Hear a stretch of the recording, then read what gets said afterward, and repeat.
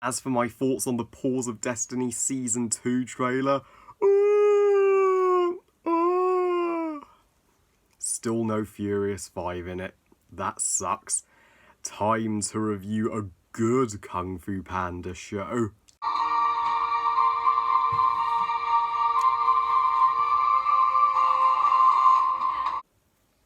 Hear the legends of the Kung Fu Panda. Raised in a noodle shop, never seeking glory or fame. He climbed the mountaintop and earned the dragon warrior name. Legends of awesomeness. Sweet. Legends of Awesomeness is the Kung Fu Panda spin-off TV show which takes place after the first Kung Fu Panda, but years before Kung Fu Panda 2. So Legends of Awesomeness tells the story of Po after he has finally been fully accepted as the Dragon Warrior by Shifu and the Five. He and the Five continue to defend the Valley of Peace from the bad dudes. By my good friend on YouTube and social media, the Dragon Critic aka Leo Bryan. He is the most passionate Kung Fu Panda fan I have ever seen, and I requested him to review the first two Fantastic Beasts movies as well as both parts of Harry Potter and the Deathly Hallows, to which he honoured my requests. So in return, I will review Legends of Awesomeness from him. We have had two Kung Fu Panda shows at this point, and Legends of Awesomeness is the first, with Paws of Destiny being released just last year. And which do I favour? I favour Legends of Awesomeness all the way. To sum up my thoughts on this show, as Po would say, sweet! While Legends of Awesomeness is not exactly a perfect show, it still lives up to its title at being awesome, and it acts as a darn right awesome prequel to Kung Fu Panda 2. And the show was necessary to help develop Po, Shifu, and the Five even more, to give them development beyond the movies. So yeah, as for my positives, the Po's voice actor, Mick Winger, he does, who also voiced Po in the Kung Fu Panda video game, which is one of the most classic and nostalgic games to me from my childhood period. His Jack Black impression is extremely spot on, that I just forget it's Mick Winger and accept that is Jack Black even though it isn't. Even Shifu has a different voice actor, not Justin Hoffman this time, but you don't notice because the impression is so pitch perfect, and there are more typo moments in this show.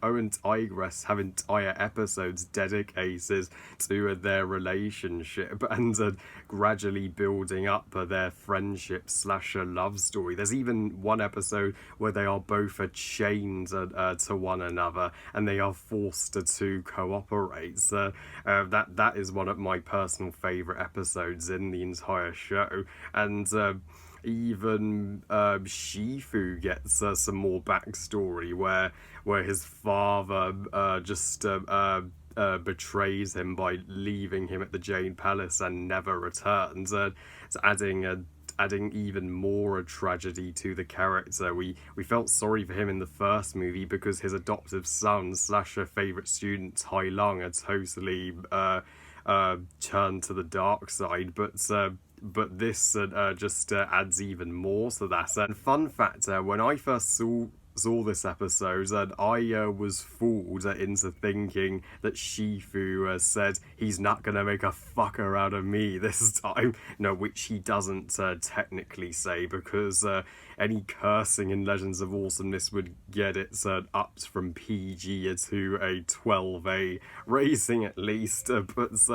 But yeah, that line was freaking hilarious. And this show does have a more light-hearted feel than the movies. which is to be expected as it does air on a kids channel. It nails the hysterical and fast-paced humour of the movies, even without Jack Black, and it even has some darker, edgier moments in it with the antagonists in the show.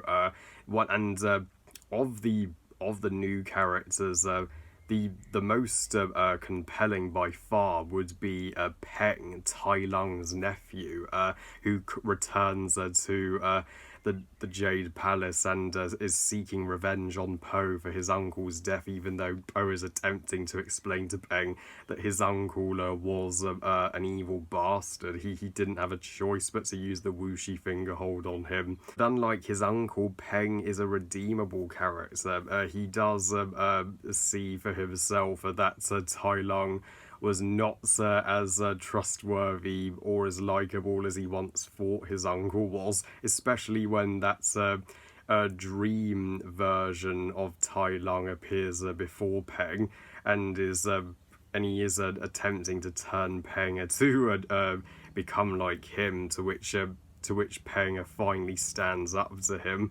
So yeah, I love that they address the fact that not all of Tai Lung's family are bad, making some of the Kung Fu Panda characters a little more three-dimensional, and we even get to see the original Furious Five in one episode, including Master Elephant, who was one of my favourites, and we even get this epic Chinese dragon. If only we'd get a dragon antagonist in the movies already.